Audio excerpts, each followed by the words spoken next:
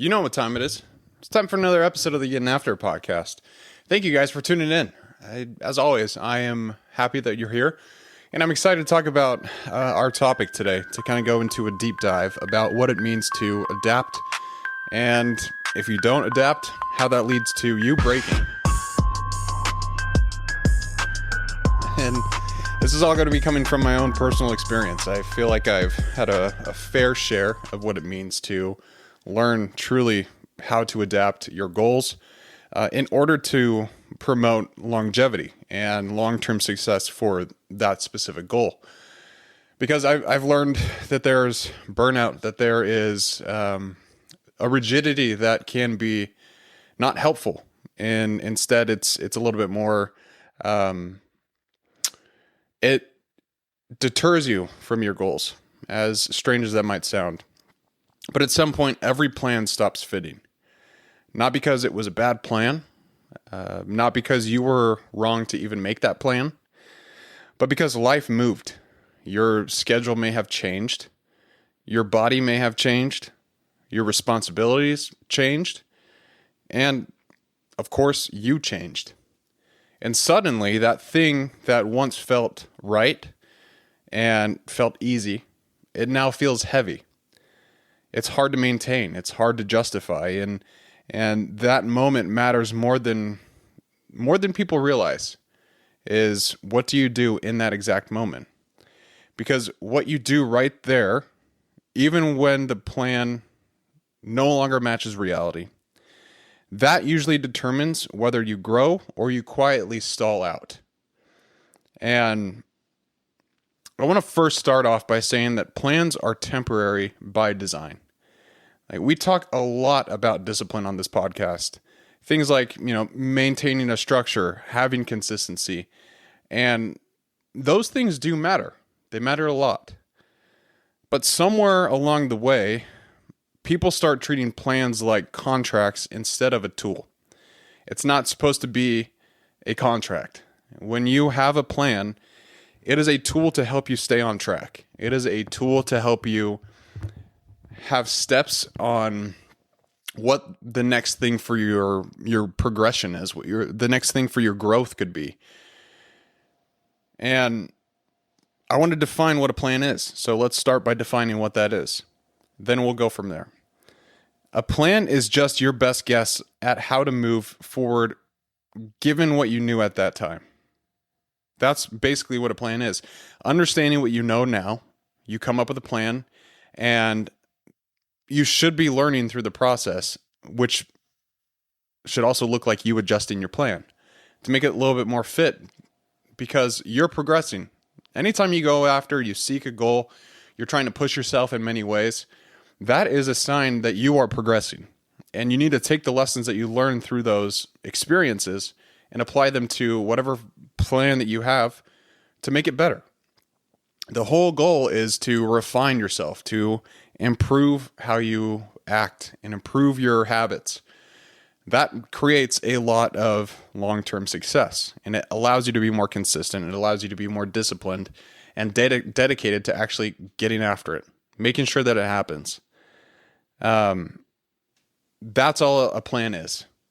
It's not a moral commitment. It's not proof of character, even though sometimes it might feel that way. It's not a measure of worth, and it's a working draft. I love to write, and a lot of the times I will write something and then go back and find all these things that I need to change. Like, I haven't done a lot of blog posts recently, but blog posts are a great example. I would write my first draft, and then I would meticulously look at things that I needed to change to make it a little bit better, and I would do that 3 times. Because the first draft is never the best. It's never great. And I want to spend a lot of time with my thoughts and try and get them out as clearly as possible. And the only way to do that is to revise what you've already done. The same principle applies to having plans. Like, it's a working draft. You might have a plan and it might look like, all right, I'm going to lose 10 pounds this year. But as you start the process, you realize that, like, okay, well, I'm losing weight, but I don't have a lot of muscle. So maybe you say, I want to replace 10 pounds of fat with 10 pounds of muscle. And then you work on that. And maybe along the way you said, well, I think I need to eat a little bit healthier, like focus on protein. And so the plan is I'm going to lose 10 pounds. I'm going to gain muscle by consuming protein and by working out hard. That's how a plan adapts. That's how it works. And there is no problem in having a plan. The problem is refusing to revisit it when those conditions do change. Right now, I'm going through something where I have to adapt my plan. To give you some context, I've had my fair share of sticking to plans because I'm a very rigid person. Sometimes that rigidity is a negative thing. Like I'm not willing to try new things. I'm so focused on just making sure that I do what I'm supposed to be doing in order to, make that progress, to stay consistent. And a lot of the times, like it wasn't that beneficial for me. And right now, I'm in one of those times. I'm training for 2 races. The first, High Rocks in Vegas on February 22nd. And the second is the Sedona 50-mile race, which is on April 25th. And the training for both of those events by itself is very intense. And put them together and it feels like something that might be a little bit out of my reach, but I really want to push myself, so I'm trying. And yesterday I showed up for my long run. I had on the docket that I needed to get 14 miles in, which isn't necessarily too long for a long run, but my legs felt so heavy. I was beat, tired, and I had zero energy.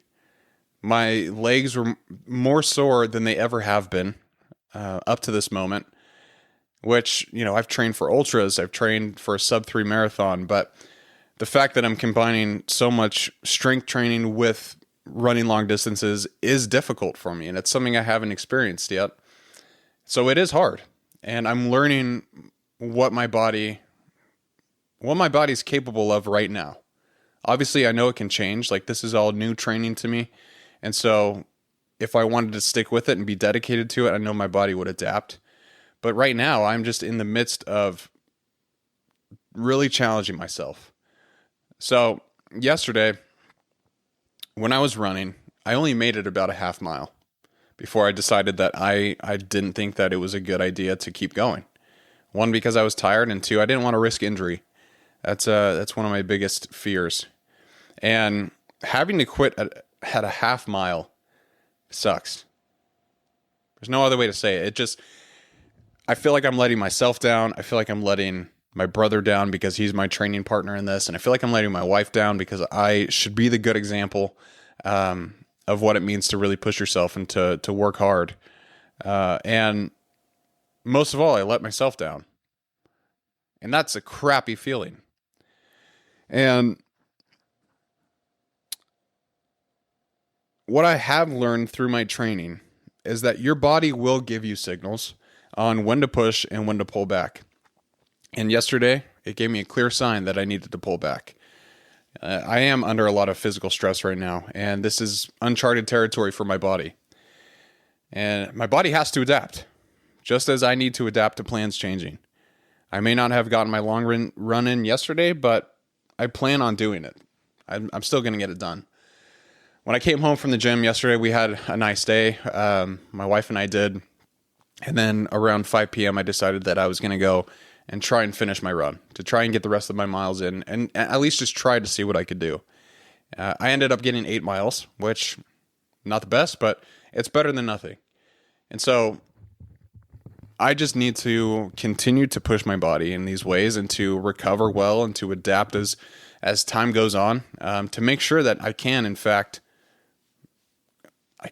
do what I want to do, and that's do both of these races. So the point in telling that story is that's just an example of how plans change. Because, it's not necessarily great for me to be able to try and push myself so hard to where the point that I am towing on the line of injury. So just a good example there. But why does adjusting feel so uncomfortable? Why is that? And I dug into this a little bit, and here's what I believe actually makes adaptation hard. And first, your identity gets mixed into it. That's a big one. I would say probably the biggest one. We don't just follow plans, we start to see ourselves through them. Like, I'm the person who trains like this. I'm the person who does this every day. This is how my life works. We start to believe those kinds of things. So when something disrupts that rhythm, it feels personal, like something's being taken away.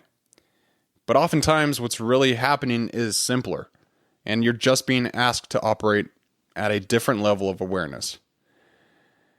It's like what I was saying with my current situation. I am not one to quit. It's my least favorite thing to do. I hate it above all else. That said, it doesn't reflect who I am. Like, if I notice I need to change and do, then I'm proud of that. In fact, I believe that that shows strength. Like, you need to learn how your body communicates with you. As strange as that might sound, like that does sound pretty weird and hoo-ha and woo-woo. But it's been true throughout many parts of my life. So it does show strength. The second reason I think it's so uncomfortable to change is because there's fear underneath it. Fear that changing the plan means that you're going to lose momentum. You know, you've worked so hard to this point that you fear if you make any adjustments, you'll lose the progress that you've already made.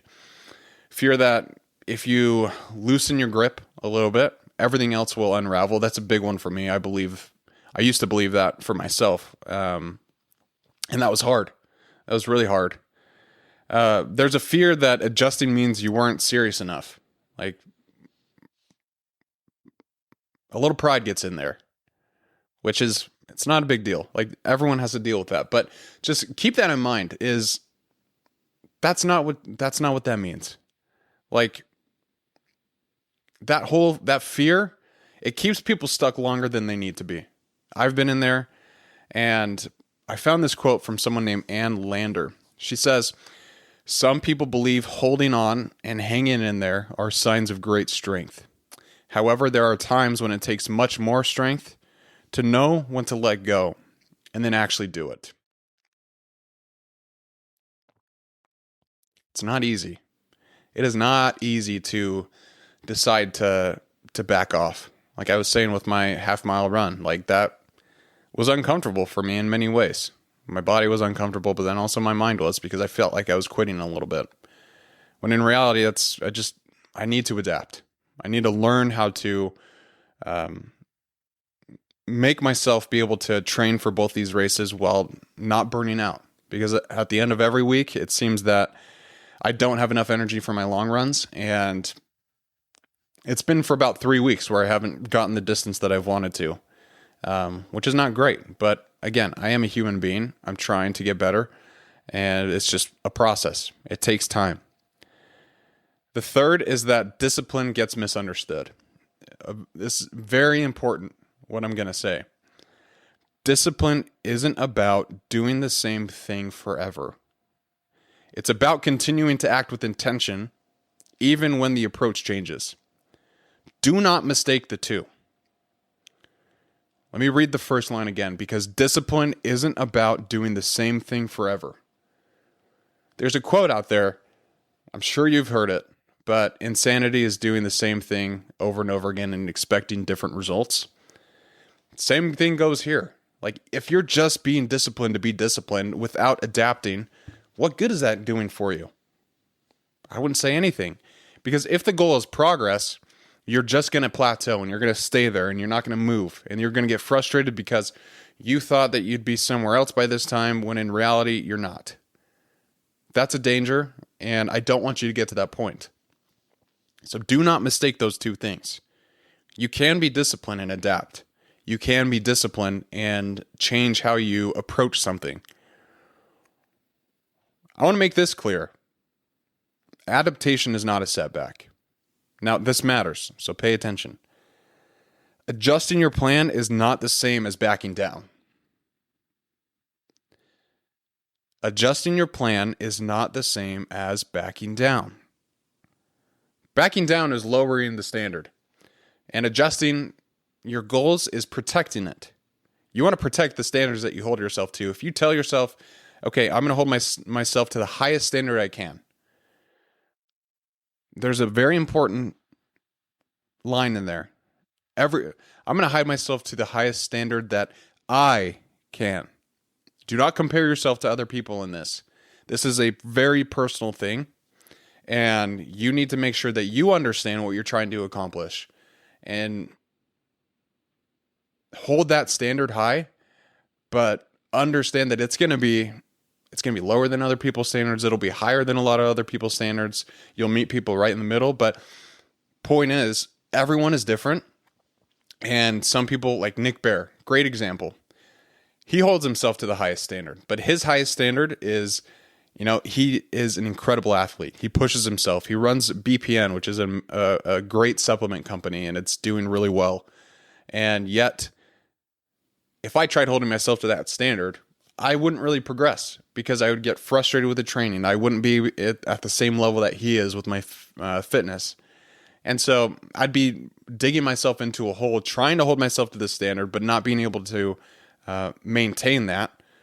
Probably have some real harsh feelings about myself at that time. And potentially, and this is the big risk, potentially give up. And that's what we want to avoid here. We don't want to give up. Like, you can still show up with effort even if the structure changes. You can still act with integrity even if the timeline shifts. You can still move forward even if the route looks different than expected. The goal doesn't disappear just because the path bends. That idea shows up everywhere. It's not just in training, but it's also in work, in faith, in relationships. Adaptation is key. That's how longevity is achieved. And the Stoics, they understood this well. Marcus Aurelius wrote constantly about responding well to circumstances rather than wishing them away. Not because circumstances don't matter, but because fighting reality wastes energy you could be using to move forward. Now, when things go wrong, when emotions take the wheel, what does that look like? Most poor adaptations don't come from bad thinking. They come from strong emotion. And when you feel like you're in a plateau or you're stuck or you're losing that progress or you feel like you haven't made any, that can lead to frustration, embarrassment, fatigue, and impatience. Those are 4 very powerful emotions. And that's when people make changes too fast or they refuse to make them at all. Like, they either force a plan that no longer is sustainable or they abandon structure entirely out of discouragement. That's real. I've dealt with that before. Neither one of those is intentional. One principle that has helped me more than anything is don't redesign your life in the middle of an emotional spike. Do not do that. You can't make changes if you are feeling all these emotions. You need to pause. Pause first. Let things settle a bit, and then decide. Clarity shows up when the noise quiets down. Now, I'm going to tell a story that it's going to be the first time my mom's heard this story. And Mom, I'm sorry in advance. I did lie to you in high school. So I'm sure I'm going to get a phone call after this. But anyways, the ability to pause is a superpower. But like any other skill, it's one I had to earn through a series of failures. Growing up, I wasn't exactly the poster child for emotional regulation, I would say. When frustration or embarrassment flared up, I didn't process it. I reacted to it, which I think is common for kids, especially teenagers, going through puberty, dealing with all these emotions and hormone changes. And usually I did react poorly. It was embarrassing. The most vivid reminder of this sits right in the knuckles of my right hand, right here. These 2 guys. There's still some scars, which we'll get into. I was a volleyball player, and I loved serving. Serving was probably my favorite thing. I'm tall. I had a very powerful jump serve. One that I was a middle blocker, and typically they're not great at serves, but I loved serving. I was able to always hit it so hard and get it in, place it in the corner of the court, so people had a hard time getting to it. But I loved it. And there was one time when we were at practice and I stepped up to the line. I tossed the ball in the air, did my approach, and smacked it. And it went straight into the net. And I reset, I tried again, and boom. This one goes 3 feet out of bounds. And this continued for a long time. I think maybe that whole practice I got 3 or 4 serves over. I think I was just trying to hit it as hard as I could. But there was one time where, I truly was at war with myself during this moment. But I remember telling myself, okay, just get this next one over. I kept telling myself that this is the next one. And I tossed the ball. I swung with everything I had. And boom, straight into the net again. It didn't even come close. And it really pissed me off. In a blind, white-hot flash of rage, I didn't take a breath. I didn't count to 10. I didn't pause and wait to make a decision. Instead, I spun around and I launched a full-force haymaker into the thick blue padding covering the brick wall at the gym. And the sound was not a thud. It was a sickening crunch. That's what it was. The diagnosis was a boxer's fracture, a poetic name for a stupid injury. And it turns out that brick walls don't care how frustrated you are. They always win. They always win the fight. I spent the next few months on the sidelines watching my teammates play while I had metal pins in my hand. And all because I couldn't manage a 3-second surge of adrenaline. All because I reacted when my emotions were loud. And I let them take control. I learned the hard way that while the emotions are inevitable, the explosion is optional. And there is an immense power in the pause. That's why we're talking about him so much. So I apologize, Mom. But I did punch a wall. Standards matter more than scripts do. And this distinction has shaped how I think about discipline. Because scripts are specific, they tell you exactly what to do. And standards are more foundational. Why do you think I've been talking so much about standards in January? Because it really does matter. And I'm trying to give you some tools that you can use to set yourself up for the best year of your life. Professionally, spiritually, physically, with your relationships. I want this to be the best year for you. That only comes from holding yourself to standards. For example, scripts, on the other hand, they look like weekly mileage, schedules, training blocks, routines, all things that are good.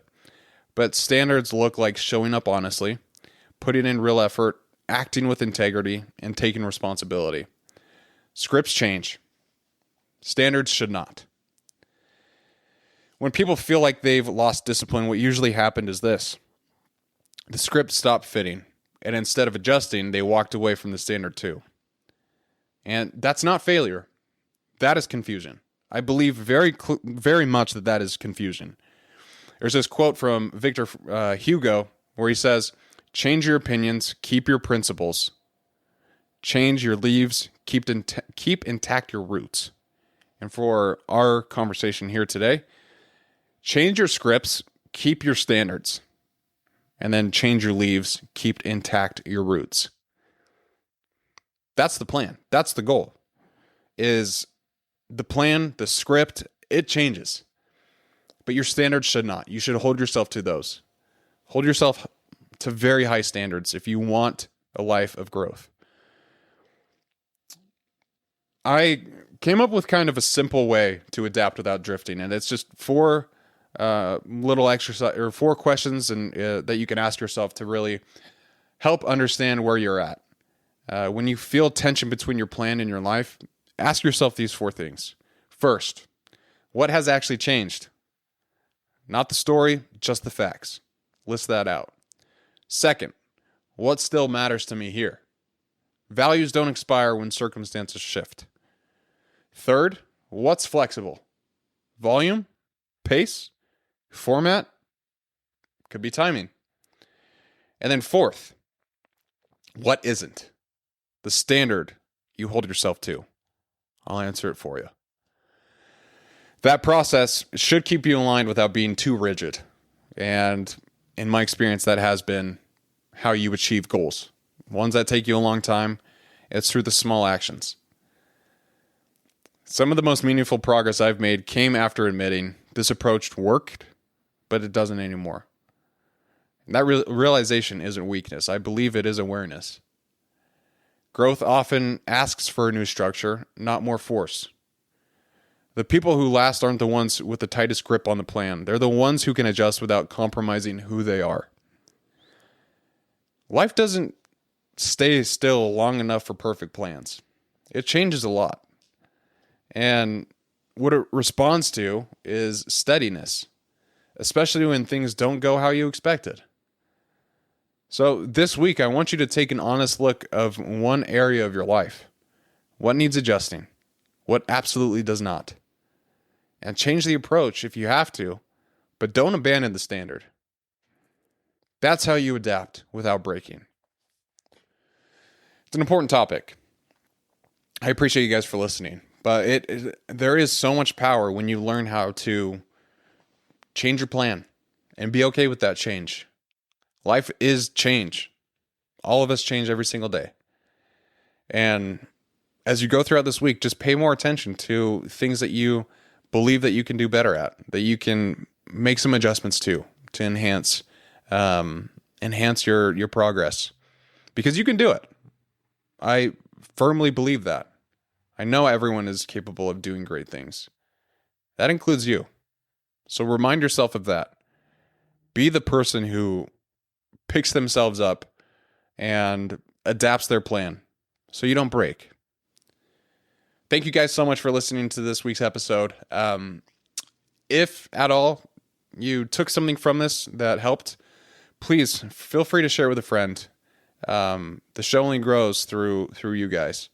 And if you want to leave a rating on Apple Podcasts and Spotify, that also helps the show get a little bit more visibility. So I appreciate all the support. It's been so much fun focusing on these topics in January, but next month we're going to talk a lot about how to execute. And I'm hoping to bring on some new guests to kind of share their experiences with that. But thank you guys so much. Stay in the arena. And as always, keep getting after it.